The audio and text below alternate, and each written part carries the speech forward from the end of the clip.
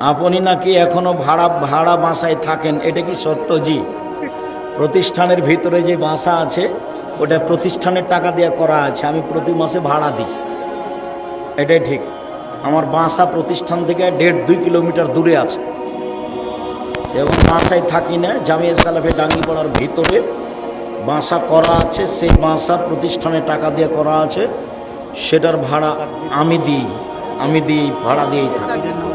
আসসালামু আলাইকুম। ওস্তাজি, আপনি কি কোনো দিন বলেছেন যে সংগঠন একদম হারাম?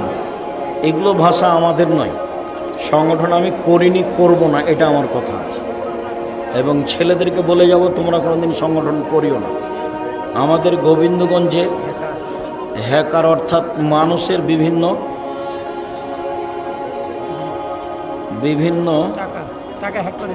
টাকা হ্যাক করে দেন, মানে ওই মোবাইলে, তার শাস্তি দানে আপনাদের নিকট অনুরোধ। ও তো টাকা মেরে খেলো, ও তো জালেম, ওর শাস্তি বড় কঠিন।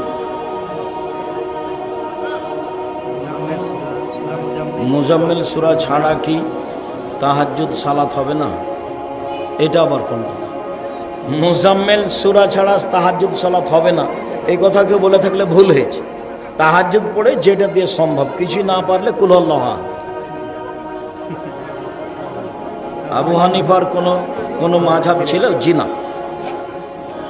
ওস্তাদজি, আমাদের মসজিদের ওয়াক্ত নামাজের ইমামকে প্রশ্ন করে পেশাব করে পানি ব্যবহার করতে না দেখে ওনাকে বললে উনি বলেন আল্লাহ এত জুলুমবাজ নয় যে শীতের দিনে প্রসাব করে উজু যাক, পেশাব করলেই অজু করতে হবে এই কথা নয়, তবে পেশাব পায়খানা শেষে পানি দিয়েই পবিত্রতা অর্জন করতে হবে, নামাজ হবে। ওই ইমাম রাখতে হবে না, ওর নামাজ হবে না, জনগণের হবে। তার কি করার আছে, আপনিও থাকেন। ও হলো ভালো নয়, ওর নামাজ হবে না, ওকে পানি দিয়েই পবিত্রতা অর্জন করতে হবে। পানি না থাকে তখন ডেড ডিসবে।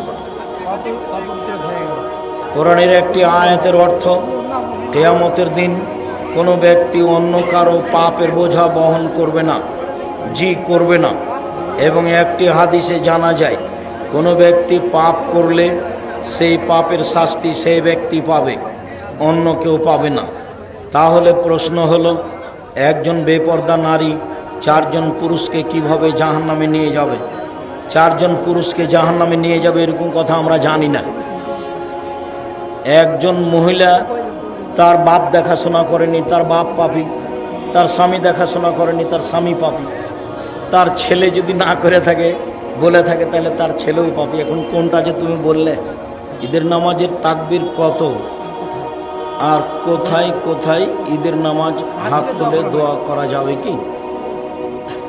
ঈদের তাকবীর হলো 7, 5, 12।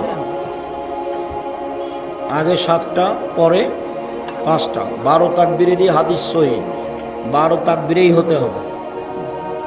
আর সব তাকবীরে হাত উঠাতে হবে।